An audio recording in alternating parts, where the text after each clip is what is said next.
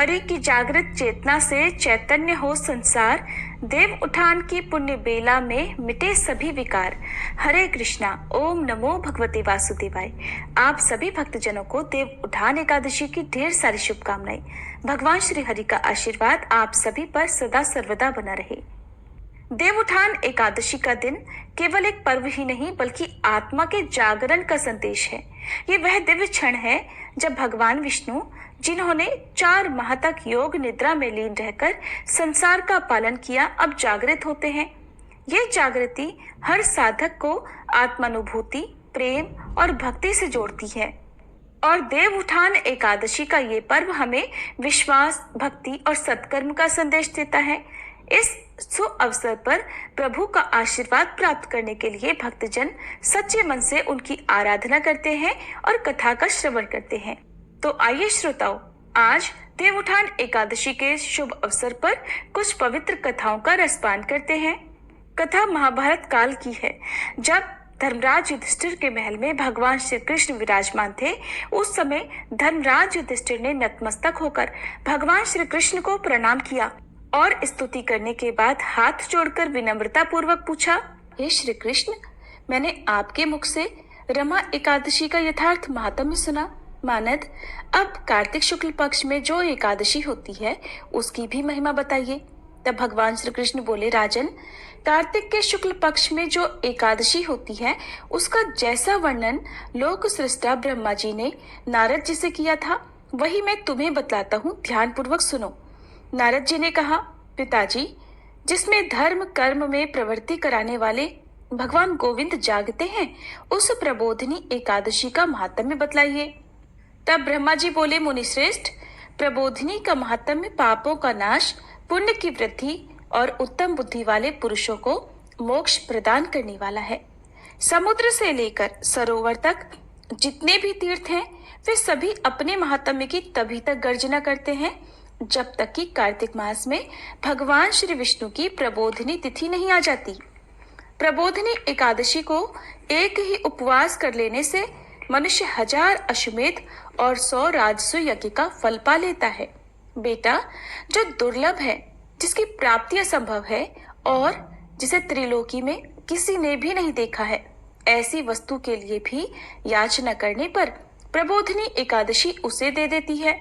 भक्ति पूर्वक उपवास करने पर मनुष्यों को हरि प्रबोधिनी एकादशी ऐश्वर्य, संपत्ति, उत्तम बुद्धि, राज्य तथा सुख प्रदान करती है। मेरु पर्वत के समान जो बड़े बड़े पाप हैं, उन सब को यह पाप नाशिनी प्रबोधिनी एक ही उपवास से भस्म कर देती है। पहले के हजारों जन्मों में जो पाप किए गए हैं, उन्हें प्रबोधिनी की रात्रि का जागरण रुई की ढेरी के समान भस्म कर डालता है। जो लोग प्रबोधिनी एकादशी का मन से ध्यान करते और जो इसके व्रत का अनुष्ठान करते हैं, उनके पितर नरक के दुखों से छुटकारा पाकर भगवान विष्णु के परम धाम को चले जाते हैं। ब्राह्मण, अश्वमेध आदि यज्ञों से भी जिस फल की प्राप्ति कठिन है, वह प्रबोधिनी एकादशी को जागरण करने से अनायास ही मिल जाता है। संपूर्ण तीर्थों में नहाकर स्वर्ण और पृथ्वी दान करने से जो फल मिलता है, वह श्री हरि के निमित्त जागरण करने मात्र से मनुष्य प्राप्त कर लेता है। जैसे मनुष्यों के लिए मृत्यु अनिवार्य है, उसी प्रकार धन संपत्ति मात्र भी क्षण भंगुर है, ऐसा समझकर एकादशी का व्रत करना चाहिए। तीनों लोकों में जो कोई भी तीर्थ संभव है, वे सब प्रबोधिनी एकादशी का व्रत करने वाले मनुष्य के घर में उपस्थित रहते हैं। कार्तिक की हरि प्रबोधिनी एकादशी पुत्र तथा पौत्र प्रदान करने वाली है। जो प्रबोधिनी को उपासना करता है, वही ज्ञानी है, वही योगी है, वही तपस्वी और जितेंद्रिय है तथा उसी को भोग और मोक्ष की प्राप्ति होती है। बेटा, प्रबोधिनी एकादशी को भगवान विष्णु के उद्देश्य से मनुष्य जो स्नान, दान, जप और होम करता है, वह सब अक्षय होता है। जो मनुष्य उस तिथि को उपवास करके भगवान माधव की भक्ति पूर्वक पूजा करते हैं, वे 100 जन्मों के पापों से छुटकारा पा जाते हैं। इस व्रत के द्वारा देवेश्वर जनार्दन को संतुष्ट करके मनुष्य संपूर्ण दिशाओं को अपने तेज से प्रकाशित करता हुआ श्री हरि के वैकुंठ धाम को जाता है।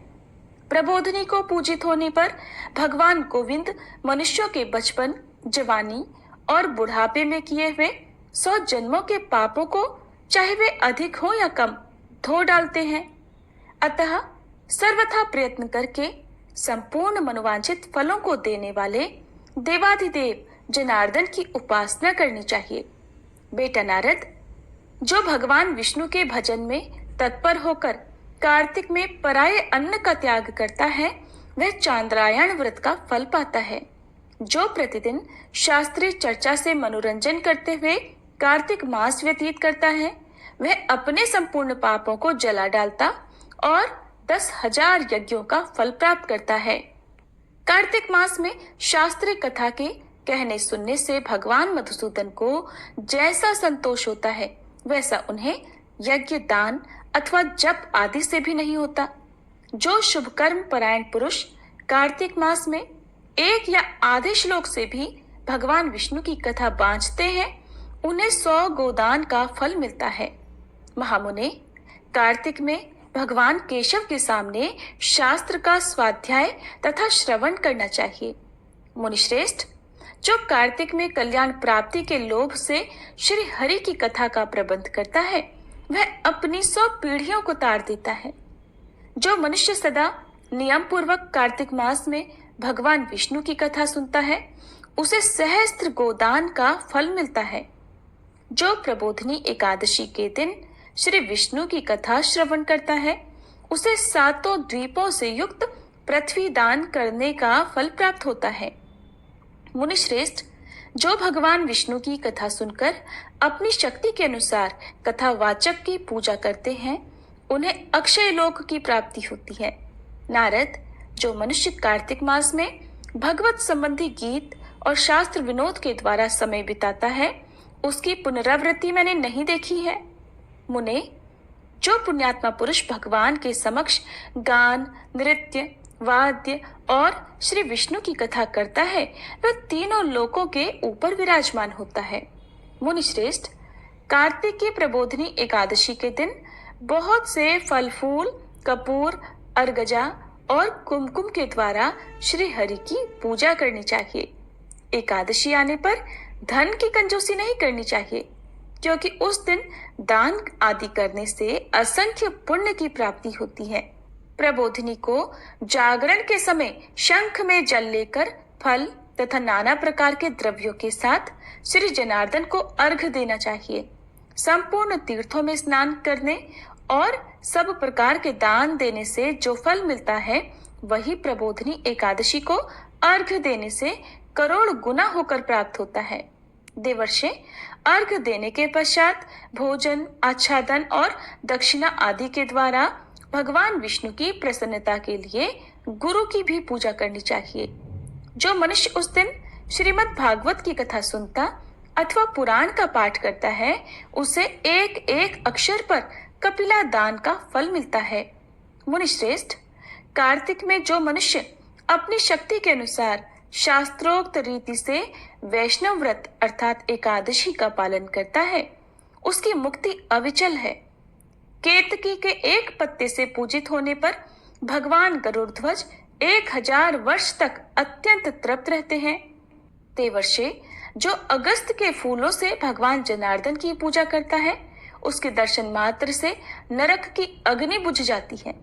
वत्स, जो कार्तिक मास में भगवान जनार्दन को तुलसी के पत्र और पुष्प अर्पण करते हैं, उनका जन्म भर का किया हुआ सारा पाप भस्म हो जाता है। मुने, जो प्रतिदिन दर्शन, स्पर्श, ध्यान, नाम कीर्तन, स्तवन, अर्पण, सिंचन, नित्य पूजन और नमस्कार के द्वारा तुलसी में नव प्रकार की भक्ति करते हैं, वे कोटि सहस्त्र युगों तक पुण्य का विस्तार करते हैं। नारद, सब प्रकार के फूलों और पत्तों को चढ़ाने से जो फल मिलता है, वह कार्तिक मास में केवल तुलसी के एक पत्ते से ही मिल जाता है। कार्तिक मास आया देख प्रतिदिन नियम पूर्वक तुलसी के कोमल पत्तों से महाविष्णु श्री जनार्दन का पूजन करना चाहिए। 100 यज्ञों द्वारा देवताओं का यजन करने और अनेक प्रकार के दान देने से जो पुण्य होता है, वह कार्तिक में तुलसी दल मात्र से केशव की पूजा करने पर प्राप्त हो जाता है। प्रेम से बोलिए श्री कृष्ण भगवान की जय। अब सुनिए देवउठान एकादशी की दूसरी कथा। एक बार एक राजा के राज्य में सभी लोग एकादशी का व्रत रखा करते थे। प्रजा और नौकर चाकरों से लेकर पशुओं तक को एकादशी के दिन अन्न नहीं दिया जाता था। एक दिन किसी दूसरे राज्य का एक व्यक्ति राजा के पास आकर बोला, महाराज कृपा करके मुझे नौकरी पर रख लीजिए। तब राजा ने उसके सामने एक शर्त रखी कि ठीक है, तुम्हें नौकरी पर रख लेते हैं, किंतु रोज तो तुम्हें खाने को सब कुछ मिला करेगा, परंतु एकादशी के दिन अन्न नहीं मिलेगा। उस व्यक्ति ने उस समय तो हाँ कर ली, परंतु एकादशी आने पर जब उसे फलाहार की सामग्री दी गई तब तो वह राजा के सामने जाकर गिड़गिड़ाने लगा, महाराज इससे तो मेरा पेट नहीं भरेगा, मैं तो भूखा ही मर जाऊंगा, कृपया मुझे अन्न दे दीजिए। राजा ने उसे शर्त की बात याद दिलाई, किंतु वह व्यक्ति मारे भूख के अन्न छोड़ने को तैयार ही नहीं हुआ। तब राजा ने उसे आटा, दाल, चावल आदि दे दिए। अब वह नित्य की तरह नदी पर पहुंचा और स्नान कर भोजन पकाने लगा। जब भोजन पक गया तब वह भगवान को बुलाने लगा, आइए प्रभु, भोजन तैयार है। उसके बुलाने पर तुरंत ही पीतांबर धारण किए भगवान चतुर्भुज रूप में आ पहुंचे और प्रेम से उसके साथ भोजन करने लगे। भोजन आदि करके भगवान तो अंतर्ध्यान हो गए और वह व्यक्ति अपने काम पर चला गया। 15 दिन बाद अगली एकादशी को वह फिर राजा से कहने लगा, महाराज अब की बार मुझे दुगनी सामग्री दीजिएगा, क्योंकि उस दिन तो मैं भूखा ही रह गया था। राजा ने कारण पूछा तो व्यक्ति ने बताया कि महाराज हमारे साथ भगवान भी तो भोजन ग्रहण करते हैं, इसलिए भोजन की ये सामग्री हम दोनों के लिए पूरी नहीं पड़ती। ये सुनकर राजा को बड़ा आश्चर्य हुआ। वह बोला, मैं नहीं मान सकता कि भगवान तुम्हारे साथ भोजन करते हैं। अरे मैं तो इतने व्रत रखता हूँ, पूजा करता हूँ, दान करता हूँ, पर भगवान ने तो मुझे कभी दर्शन नहीं दिए। राजा की बात सुनकर वह बोला, महाराज यदि विश्वास न हो तो साथ चलकर देख लीजिए। फिर तो राजा एक पेड़ के पीछे छुपकर बैठ गया। उस व्यक्ति ने भोजन पकाया और भगवान को शाम तक पुकारता रहा, परंतु भगवान नहीं आए। आखिरकार उस व्यक्ति ने कहा, हे प्रभु, यदि आज आप नहीं आए तो मैं इस नदी में कूदकर अपने प्राण त्याग दूंगा। भगवान नहीं आए। तब वह व्यक्ति प्राण त्यागने के उद्देश्य से नदी की तरफ बढ़ा। प्राण त्यागने का उसका दृढ़ इरादा जानकर भगवान शीघ्र ही प्रकट हो गए और उसे रोक लिया। फिर साथ बैठकर भोजन करने लगे। भोजन ग्रहण करने के बाद, जल पीने के बाद वे उसे अपने विमान में बिठाकर अपने धाम में ले गए। ये देखकर राजा ने सोचा कि व्रत उपवास से तब तक कोई फायदा नहीं होता जब तक मन शुद्ध न हो। इससे राजा को ज्ञान मिला। फिर वह भी सच्चे मन से व्रत उपवास करने लगा और अंत में एकादशी व्रत के पुण्य प्रताप से वह राजा स्वर्ग को प्राप्त हुआ। प्रेम से बोलिए श्री लक्ष्मी नारायण भगवान की जय। अब सुनिए तीसरी प्रमुख कथा। एक बार एक राजा था। उसके राज्य में प्रजा हर प्रकार से सुखी थी। वह राजा भगवान विष्णु का परम भक्त था और नियम पूर्वक एकादशी का व्रत रखा करता था। एकादशी के दिन उस राजा के राज्य में कोई भी अन्न ग्रहण नहीं करता था। यहाँ तक कि कोई भी उस दिन न तो अन्न खरीदता और न ही कोई बेचता था। सभी फलाहार करते थे। एक बार भगवान ने राजा की परीक्षा लेनी चाहिए। तब भगवान श्री हरि एक सुंदर रूप धारण करके सड़क किनारे बैठ गए। तभी राजा उधर से निकला और सुंदरी को देखकर चकित रह गया। फिर राजा ने उससे पूछा, हे सुंदरी, तुम हो कौन और इस तरह यहाँ क्यों बैठी हो? तब सुंदर स्त्री बने भगवान बोले, राजन, मैं बेसहारा हूँ। इस नगर में कोई मेरा जाना पहचाना नहीं है। मैं किससे सहायता मांगू? राजा तो उसके रूप पर मोहित हो गया। कहने लगा, तुम मेरे साथ मेरे महल में चलकर मेरी रानी बनकर रहो। सुंदरी बोली, मैं आपकी हर बात मानूंगी, पर आपको राज्य का अधिकार मुझे सौंपना होगा। आपके राज्य पर पूरा अधिकार केवल मेरा होगा। और हे राजन, मैं जो भी बनाऊंगी वही तुम्हें खाना होगा। राजा तो उसके रूप पर मोहित था, इसलिए उसने उसकी सभी शर्तें स्वीकार कर ली। अगले दिन एकादशी का पवित्र दिन आया। अब तो रानी ने सभी को आदेश दिया कि बाजार में अन्य दिनों की तरह अन्न बेचा जाए। उसने घर में मांस, मछली आदि पकवाए तथा परोसकर राजा से खाने के लिए कहा। ये देखकर राजा बोला, रानी आज तो एकादशी है, मैं तो केवल फलाहार ही करूंगा। तब रानी ने शर्त की बात याद दिलाई और राजा से कहा, या तो खाना खाओ, नहीं तो मैं बड़े राजकुमार का सिर काट लूंगी। अब तो राजा बड़े असमंजस में पड़ गया। राजा ने अपनी यह स्थिति बड़ी रानी से कही तो बड़ी रानी बोली, महाराज अपना धर्म मत छोड़िए, बड़े राजकुमार का सिर दे दीजिए। पुत्र तो फिर मिल जाएगा परंतु धर्म नहीं मिलेगा। इतनी ही देर में बड़ा राजकुमार खेल कर आ गया। माँ की आंखों में आंसू भरे देखकर वह उनसे रोने का कारण पूछने लगा। तब माँ ने उसे सारा हाल बता दिया। तब वह बोला, माँ मैं अपना सिर देने को तैयार हूँ, पिताजी के धर्म की रक्षा होगी और जरूर होगी। राजा दुखी मन से राजकुमार का सिर देने को तैयार हुआ तो रानी के रूप से भगवान श्री विष्णु ने प्रकट होकर असली बात बताई और कहा, राजन मैं तो तुम्हारी परीक्षा ले रहा था और इस कठिन परीक्षा में तुम सफल हुए। तब भगवान ने प्रसन्न मन से राजा से वर मांगने को कहा। राजा बोला, प्रभु आपका दिया हुआ सब कुछ है, आप कृपया हमारा उद्धार कीजिए। ठीक उसी समय एक दिव्य विमान वहां उतरा। राजा ने अपना राज्य पुत्र को सौंप दिया और वह विमान में बैठकर परम धाम को चला गया। कथा समाप्त। प्रेम से बोलिए श्री कृष्ण भगवान की जय। एकादशी माता की जय। ये थी आज की कथाएं। उम्मीद है आपको पसंद आई होंगी। अगर अच्छी लगी हो तो वीडियो को लाइक करके आप हमारे चैनल को भी जरूर सब्सक्राइब कीजिएगा।